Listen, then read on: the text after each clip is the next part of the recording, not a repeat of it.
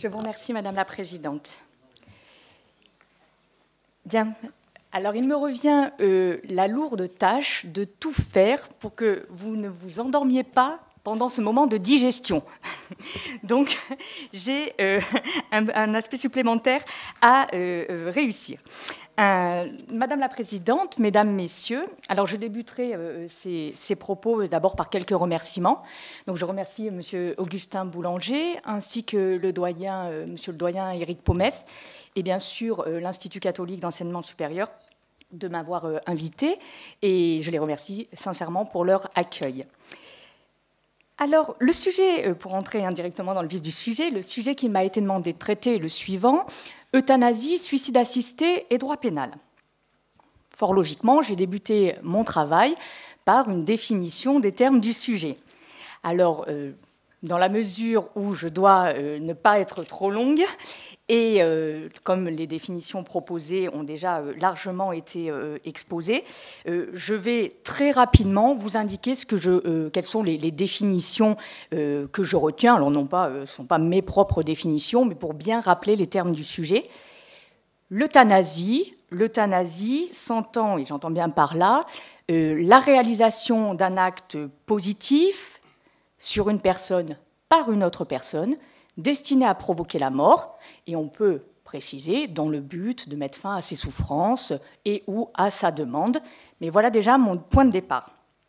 En ce qui concerne le suicide assisté, alors le droit comparé nous l'enseigne, et Madame, vous l'avez bien sûr brillamment exposé ce matin,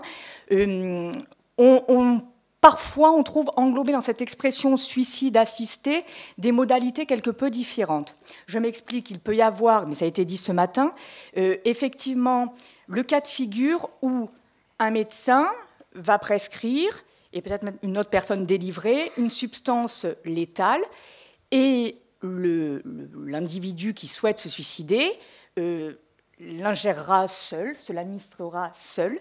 Et donc, dans ce cas-là, on est bien effectivement en présence d'un suicide et on a un individu qui a fourni les moyens de se suicider.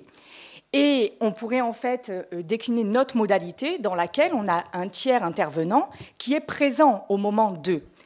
Et on va le voir, même si je n'aurai peut-être pas le temps d'exposer toutes les configurations, mais pénalement, il y a des qualifications différentes possibles en fonction du stade, du degré auquel intervient le tiers. Voilà, je repréciserai si besoin au moment de mon propos, mais simplement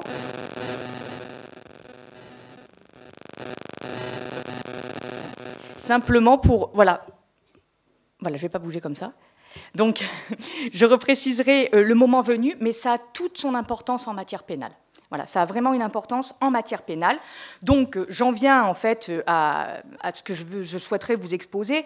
C'est clairement qu'est-ce que recouvre l'euthanasie et le suicide assisté ou aide au suicide en droit pénal. Comment est-ce que ça se traduit en droit pénal? Qu'est-ce que ça signifie? Et en fait, comment est appréhendé euthanasie, suicide assisté par le droit pénal en l'état actuel de la législation? Et dans un deuxième temps, je vous le présenterai dans l'hypothèse d'une légalisation de ces pratiques. Et j'ai envisagé toutes les pratiques pour essayer de couvrir tout le champ de la question qui m'était posée. Alors, je vais écourter certains passages, mais je débuterai sur ce qu'il en est en l'état actuel de la législation. Alors, pour tout vous dire, j'ai commencé ma recherche en allant sur Légifrance. Voilà le site des juristes. Je suis allée sur Légifrance et j'ai tapé dans ma recherche les mots suicide assisté. Bon, il en est sorti que dans aucun code, sauf erreur de ma part peut-être dans le cadre de ma recherche, mais ne ressort l'expression suicide assisté. J'ai donc par la suite tapé le terme euthanasie. Là, le terme euthanasie est employé par le législateur, effectivement, dans le code rural et de la pêche maritime, dans le code de l'environnement, dans le code du travail, dans le code pénal, dans le code de procédure pénale, mais concernant l'animal. Et à aucun moment, le terme euthanasie est utilisé concernant les êtres humains, des personnes. Bien évidemment, ça concerne l'animal.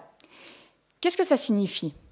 Ça signifie que, en tout cas vis-à-vis des personnes, le législateur semble indifférent. Vous voyez, à l'euthanasie, on va dire peut-être à la spécificité de l'euthanasie ou du suicide assisté. Le législateur est indifférent. Et pour mon propos, notamment le législateur pénal, effectivement, il est indifférent à ces actes. Et cette indifférence se traduit en droit pénal par l'application de qualifications juridiques pénales de droit commun et de qualifications juridiques graves, notamment des qualifications de nature criminelle, principalement. C'est là qu'on pourrait détailler, l'objet de mon propos n'est pas de détailler toutes les qualifications juridiques, toutes les qualifications pénales qui seraient applicables, ni d'envisager toutes les configurations. Ce que j'aimerais essayer de pointer, c'est qu'il y a effectivement une indifférence du législateur pénal qui va conduire à appliquer... Peut-être. Il y a... Je vais m'éloigner, oui, vous avez raison, peut-être. Il y a effectivement une indifférence du législateur pénal qui va en fait conduire à appliquer des qualifications juridiques de droit commun graves et qui démontre alors une grande sévérité. Et pour cause, je vais reprendre le premier aspect, ce qu'on appelle l'euthanasie. L'administration, bien souvent, d'une substance létale délibérément administrée à autrui pour provoquer le décès. Après, je reviendrai sur d'autres considérations. Mais voilà ce qu'il en est. Ceci est tout simplement constitutif d'un meurtre. En droit pénal, le fait de donner volontairement la mort à autrui constitue un meurtre pour lequel on encourt 30 ans de réclusion criminelle. On pourrait préciser d'ailleurs que le fait d'administrer une substance létale relèverait davantage de l'empoisonnement que du meurtre. Je passe un petit peu peut-être sur les éléments constitutifs de chaque infraction, mais on est dans cette même logique. C'est le fait, effectivement, de donner délibérément la mort à autrui. Bien, il s'agit là de crimes qui sont passibles donc, de 30 ans de réclusion criminelle, lesquels peuvent être aggravés. Il y a des circonstances aggravantes possibles, faisant alors encourir non plus 30 ans de réclusion criminelle, mais la réclusion criminelle à perpétuité. Et parmi ces circonstances aggravantes, il y en a plusieurs, mais il y en a deux sur lesquelles je voudrais insister, qui me semblent assez pertinentes en matière d'euthanasie. La préméditation, d'abord, puisque la préméditation, c'est le dessein formé avant l'action. Donc le fait, effectivement, que l'acte a été réfléchi. Donc ça, la préméditation, c'est une circonstance aggravante, comme vous devez le savoir. Et il y en a une autre qui, je trouve, doit être soulignée pour notre sujet, c'est la particulière vulnérabilité de la victime. La particulière vulnérabilité de la victime, et je cherchais dans mes feuilles, pardonnez-moi, c'est parce que je veux vous citer le texte correctement, et comme je me suis détachée de mes feuilles, la particulière vulnérabilité de la victime, je cite le législateur, due à son âge, à une maladie, à une infirmité, à une déficience physique ou psychique ou à un état de grossesse. Voilà des facteurs de particulière vulnérabilité qui, pour le législateur, sont la particulière vulnérabilité entraîne une cause d'aggravation de la répression. Et en fait, loin de justifier une action homicide, au contraire, c'est plutôt dans un sens d'aggravation des personnes, des atteintes portées à la vie des personnes vulnérables. Ça ne concerne pas que les infractions de meurtre, c'est valable par exemple pour les violences, etc. Mais pour vous dire, vous voyez vraiment les facteurs qui sont nommés par le législateur lui-même. Alors là, l'auteur de tel fait est en cours la réclusion criminelle à perpétuité. Je préciserai, je pourrais détailler certaines qualifications juridiques, mais pour essayer de ne pas trop perdre de temps quand même sur ces qualifications, je voudrais préciser une distinction avec ce qu'on a pu appeler l'aide au suicide. Je précise le fait qu'un médecin prescrit, délivre une substance létale et l'individu se l'administre seul. Là, on est dans une configuration différente. Pénalement, en tout cas, on est dans une configuration différente, mais a fortiori pénalement. Pénalement, on l'est pour quelle raison? L'individu se suicide. Par définition, il est seul. C'est un suicide. Ce suicide, il est seul. Donc l'individu est seul. Il va ingérer, s'administrer la substance létale. Le médecin n'aura fait que, si je puis dire, fournir les moyens de. En droit pénal, on appellerait ça de la complicité. Il reste que le suicide n'est pas une infraction. Le suicide n'est pas une infraction et on ne peut être complice que d'une infraction.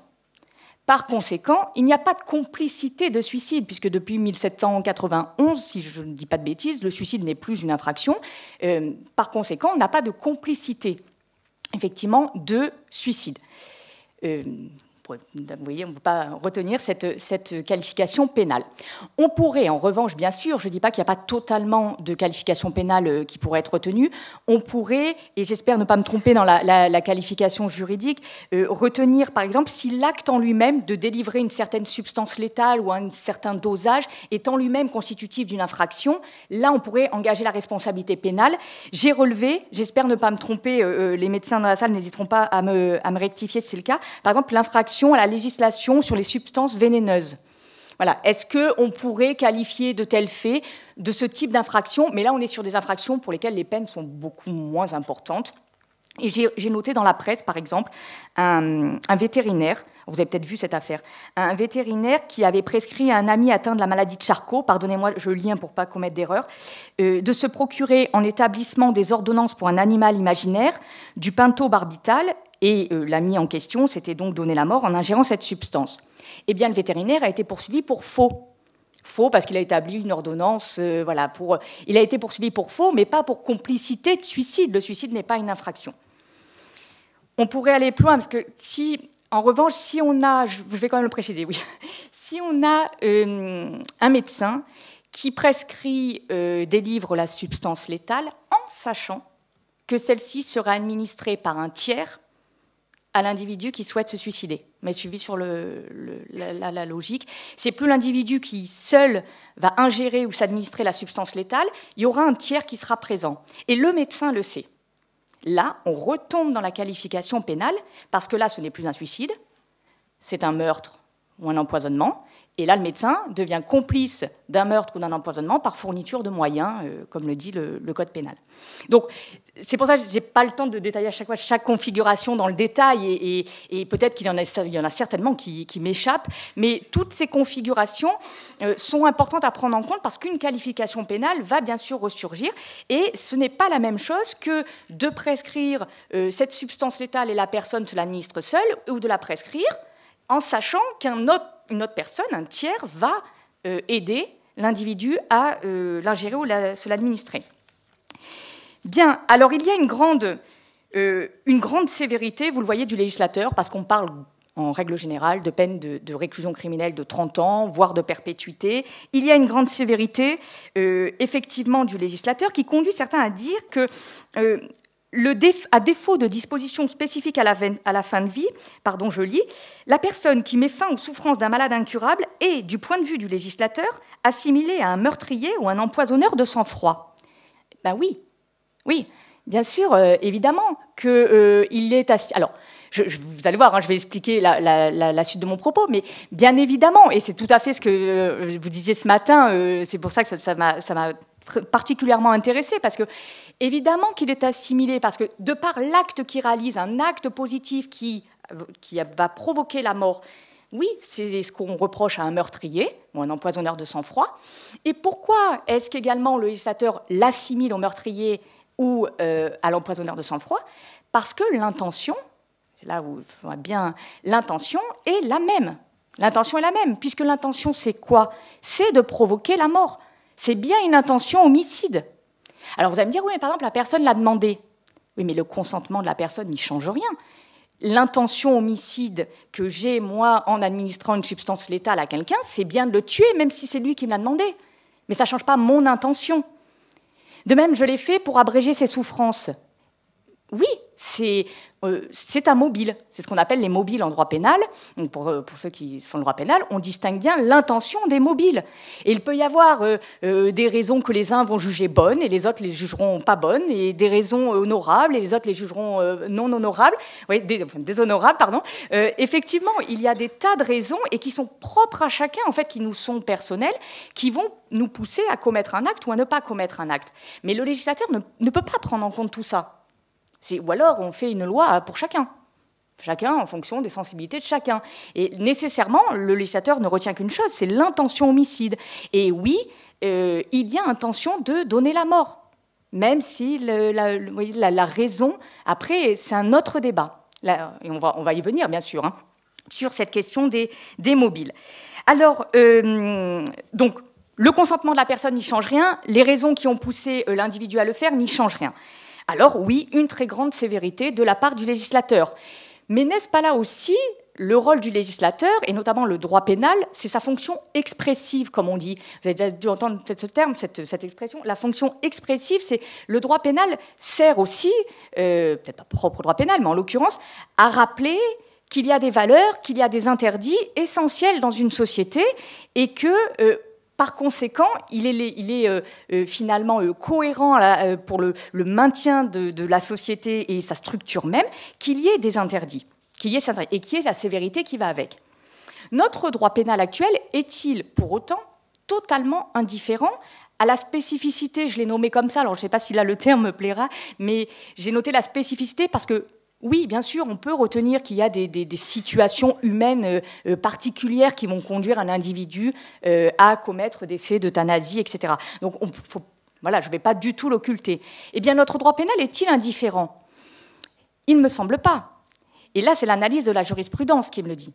Parce que le juge, dans son office, qu'est-ce qu'il doit faire, le juge? Il doit adapter, effectivement, il va adapter le texte à la spécificité des faits qui lui sont soumis. Et là, dans notre droit pénal, il y a divers mécanismes qui permettent au juge d'adapter la réponse pénale à la spécificité des faits qui lui sont soumis. Alors, certains ont pu qualifier, j'ai retrouvé cette formulation, d'hypocrisie du droit français. Alors, je pense que le terme hypocrisie est excessif, dans le sens où, dans ce cas-là, notre droit pénal français est hypocrite pour tout, pour toutes les infractions. Puisque ce que je vais vous exposer n'est pas valable que pour ces faits-là, c'est valable pour un vol, pour des violences, dans toute configuration. Ces mécanismes, ce sont des mécanismes légaux ou constitutionnels que les juges peuvent utiliser, les magistrats plus largement peuvent utiliser. Je vais aller vite sur ces mécanismes, mais par exemple, au stade des poursuites, on a un principe qui s'appelle le principe de l'opportunité des poursuites, et ça marche pour toute infraction. L'opportunité des poursuites, un procureur peut décider de classer sans suite. Il y a possibilité de classer sans suite. Il y a des possibilités de recours, etc. Mais il y a des possibilités de classement sans suite, et il se trouve, vous le verrez peut-être plus en détail dans mon écrit, mais que ça constitue déjà en la matière une manière d'éviter le procès pénal dans des situations où il y a eu des faits, on va dire actes euthanasiques, hein, si je puis englober l'euthanasie et suicide assisté dans cette terminologie.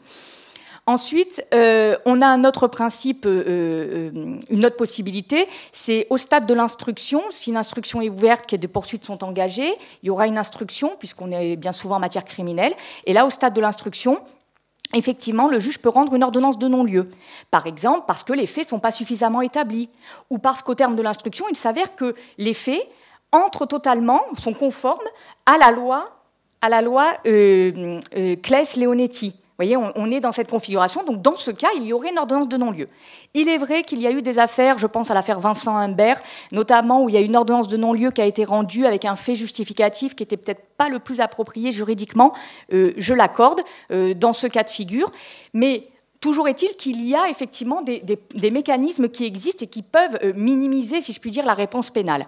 Et surtout, je pense qu'il faut que j'accélère un petit peu, surtout si on arrive jusqu'au jugement, bien souvent, les faits étant de nature criminelle, l'individu relève d'une cour d'assises. En tout cas, ils sont jugés par une cour d'assises. Et dans une cour d'assises, il y a des jurés.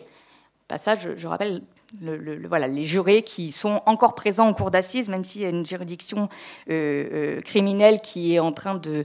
je ne sais pas si elle gagne du terrain, mais en tout cas, elle s'installe sans jurés. Ça, c'était une petite aparté. Mais en cour d'assises, il y a des jurés, et les jurés sont sensibles. Alors, je ne dis pas que les juges sont insensibles, hein, la question, ce n'est pas ce que je veux dire, mais les jurés sont nécessairement sensibles à ces faits, à la spécificité et à toute la dimension humaine qu'il peut y avoir au-delà de la froideur du droit, si je puis dire. Et par conséquent, il y a eu des affaires dans lesquelles il y a eu des acquittements. Je pense à l'affaire de M. Morten, si je ne me trompe pas et que je prononce bien son nom, et entre autres. Mais il y a également un principe, et là ça vaut en toute matière, c'est le principe d'individualisation de la peine, qui fait que quand bien même un individu est reconnu responsable pénalement, coupable, bien souvent dans ces affaires, la peine est symbolique. C'est-à-dire, on a des peines d'1 an, voire 2 ans d'emprisonnement avec sursis. Voilà, je passe un petit peu sur toute la mécanique, mais ça, ce principe d'individualisation de la peine, il vaut en toute matière. Hein. Ça vaut un vol, c'est puni. Le législateur dit qu'un vol, on encourt 3 ans d'emprisonnement et 45 000 € d'amende. On voit bien que les peines sont adaptées. Après, entre les peines prévues par le législateur et prononcées. Alors effectivement, on n'est pas dans le cadre d'un vol, je vous l'accorde. Mais il y a, vous voyez, cette individualisation qui est possible. Et selon moi, ce n'est pas de l'hypocrisie, c'est un mécanisme, c'est même un principe constitutionnel, tout à fait que le juge peut utiliser. Bref, j'essaie d'être le plus concise. C'est vrai, je suis très stressée par le temps, pardon. C'est ce matin, ça m'a mis... Alors, effectivement, merci. Donc, là où je voulais en venir sur cette première partie, c'est qu'en l'état actuel du droit, effectivement, il y a une sévérité du législateur qui refuse pour l'instant de prendre en compte la spécificité des faits, on va dire, d'euthanasie. Mais elle s'explique parce qu'en matière pénale, l'atteinte à la vie constitutive d'un meurtre, c'est l'interdit de tuer. Et donc, on maintient cet interdit comme fondamental. Ensuite, le juge adapte. Alors certains qualifient ça d'hypocrisie, c'est ce que je vous ai dit tout à l'heure, au point qu'il faudrait changer la loi. Changer la loi et légaliser ces pratiques pour ne plus être hypocrite comme nous le sommes apparemment. Donc effectivement, alors c'est ce qui se profile, légaliser certaines pratiques. Alors en droit pénal, ça veut dire quoi, ça, légaliser certaines pratiques? Ça veut dire qu'on crée ce qu'on appelle un fait justificatif dit de l'autorisation de la loi. C'est-à-dire la loi vous donne la permission, l'autorisation de faire quelque chose qui, normalement, est interdit. Et si vous respectez le cadre légal qui vous permet de, eh ben, vous êtes exonéré de responsabilité pénale, puisque vous êtes dans cette exception, on va dire, au principe qui est normalement l'interdiction, et là, on vous permet. Eh bien, à supposer que le législateur légalise ces pratiques, ben, commençons par ce que j'ai appelé l'aide au suicide, enfin, c'est pas moi qui ai donné ce terme, mais l'aide au suicide ou assistance au suicide, bien, dans ce cas-là, le médecin prescrirait la substance létale, délivrerait. Eh bien, comme je l'ai dit tout à l'heure, on ne peut pas être complice d'un suicide. Il s'éviterait de voir sa responsabilité pénale engagée pour infraction à la législation sur les substances vénéneuses. Bien. Maintenant, admettons, on dit oui, mais attention, la personne à qui j'ai délivré cette substance ne peut pas se l'administrer seule. Il faut que quelqu'un l'aide ou l'accompagne. Voilà, je l'ai dit tout à l'heure, c'est plus la même chose. Donc, c'est plus légaliser uniquement l'aide au suicide, c'est légaliser le suicide assisté. C'est-à-dire, pour éviter la répression pénale, je parle. Ça signifie légaliser le suicide assisté parce que si je légalise que l'aide au suicide, ça veut dire qu'on est que, essentiellement, cela concernera des individus qui sont en capacité de se suicider. Si tel n'est pas le cas et qu'ils ont besoin de l'aide d'un tiers, on bascule dans une autre configuration. Et si là, ensuite, on demande au médecin de pouvoir lui-même administrer la substance létale, dans ce cas-là, on passe sur l'euthanasie et effectivement, on a cette progression, si je puis dire, qui, là c'est mon avis très personnel, mais qui me semble pas inévitable, mais cette progression, c'est dès lors qu'on aura ouvert la porte, ce que vous disiez tout à l'heure ce matin, monsieur, dès lors qu'on aura ouvert la porte, elle me paraît évidente, puisque il me semble qu'il va être compliqué de dire « Ah ben oui, mais vous pouvez vous suicider, donc très bien, mais vous ne pouvez pas, ben, vous restez comme ça ». À partir du moment où on aura ouvert la porte, je pense qu'il y a des... Voilà, enfin, bon, c'est tout l'objet de cette belle manifestation, mais il y a toutes ces questions qui font que la légalisation entraînera une autre légalisation, etc., puisque nécessairement, la loi ne pourra pas tout prévoir. Elle ne pourra pas tout prévoir. La loi est faite pour être générale, impersonnelle, donc nécessairement, elle ne pourra pas tout prévoir. Donc, dans cette... j'en ai quasiment terminé. Ce que je voulais préciser, c'est qu'il faudra aussi, dans cette légalisation, si tant est, il faut penser à tout. Il faut penser à tout. C'est-à-dire, si un médecin peut prescrire ou délivrer la substance létale, mais qui sera le tiers qui pourra l'administrer en cas de suicide assisté? Est-ce qu'il faut que ce soit un autre médecin? Est-ce que ça pourrait être une infirmière, un infirmier, parce que moi j'ai féminisé nécessairement. Est-ce que ça pourrait être une association? Il faut savoir, parce qu'en fonction de la personne qui pourra administrer la substance létale, le médecin fera bien qu'il soit au courant de qui administre. Parce que dès lors qu'on sortira du cadre légal fixé, les qualifications pénales vont ressurgir, nécessairement. Est-ce qu'on peut imaginer, je crois avoir lu ça et j'espère ne pas me dire de bêtises, mais par exemple que l'euthanasie soit l'exception au suicide assisté. C'est-à-dire on privilégie le suicide assisté et si la personne ne peut pas, ce serait l'euthanasie. Eh bien, si ceci est acté, il faudra que ce soit clairement respecté. Que se passerait-il si un médecin accepte de procéder à une euthanasie d'une personne qui serait capable de se suicider? Voilà. On retombe sur un risque de non-respect de la procédure, non-respect des dispositions légales, et donc les qualifications pénales reviennent. Parce que c'est ça, c'est que nécessairement les qualifications pénales vont ressurgir. J'ai pensé aussi à une autre question. Est-ce qu'on ne pourrait pas imposer, puisque tout à l'heure, Madame Valérie, j'ai peur d'écorcher son nom, pardon, De Patte, merci, excusez-moi, a indiqué les liaisons dangereuses, j'ai noté quand elle l'a dit, entre les soins palliatifs et ces aides actives à mourir. Effectivement, est-ce que, je ne sais pas si c'est médicalement possible, mais est-ce qu'on ne pourrait pas imposer, par exemple, qu'un individu qui indique qu'il souhaiterait mourir, nécessairement, on peut essayer de, au préalable, en tout cas proposer ou mettre en place des soins palliatifs et voir après un certain temps si on peut réitérer la demande. Vous voyez ce que je veux dire? Tout pourrait être imaginable. Alors, je sais que médicalement, ça doit être... Mais vous voyez ce que je veux dire? C'est est-ce que cette idée-là, de dire, est-ce que c'est nécessairement... Je voyais mon propos, de dire on joint les deux dans le même texte. Est-ce qu'il faut les penser ensemble, effectivement? Il faut les penser ensemble. Est-ce qu'il y a d'abord nécessairement ce passage-là, hein? Alors j'ai bien compris qu'on ne propose pas, voilà, il y a bien sûr une urgence qui explique, voilà. Donc là, je l'ai bien compris, mais vous voyez, c'est toutes ces questions qui interrogent. Et promis, j'ai quasiment terminé. Pour vous dire que sinon les qualifications pénales vont ressurgir, et je vais vous faire un parallèle qui va vous paraître peut-être saugrenu, mais j'ai un autre champ de recherche qui m'intéresse et c'est sur lequel je travaille, c'est l'usage des armes par les forces de l'ordre. Vous allez me dire où est-ce qu'elles vont en venir? Eh bien, je vais en venir au fait qu'une disposition légale prévoit que les forces de l'ordre peuvent faire usage de leurs armes dans des conditions précises. S'ils ne respectent pas ces conditions, les qualifications pénales ressurgissent. Et on le voit, on l'a vu récemment. Il en sera de même dans cette possible légalisation.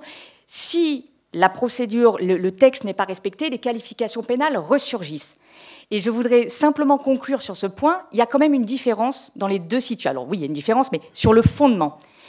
Dans le cadre de la légitime défense, l'usage des armes par les forces de l'ordre ou la légitime défense, l'individu, on va pouvoir porter atteinte à la vie de quelqu'un pour sauver sa propre vie ou sauver la vie d'autrui. On est dans un rapport où il y a une atteinte à la vie, certes, mais pour sauver notre vie. Vous voyez, celle d'autrui. Là, on est dans un fondement différent. Il y aura une atteinte à la vie qui n'est pas pour sauver notre vie. C'est une atteinte à la vie sans qu'il y ait, vous voyez, cette espèce de vie qui sort constamment protégée. Et selon moi, on n'est plus donc dans une exception comme pourrait être la légitime défense, dans une exception à l'interdiction de tuer, mais on est davantage dans une remise en cause de l'interdiction de tuer, et c'est très différent. Voilà. Je vous remercie de votre attention.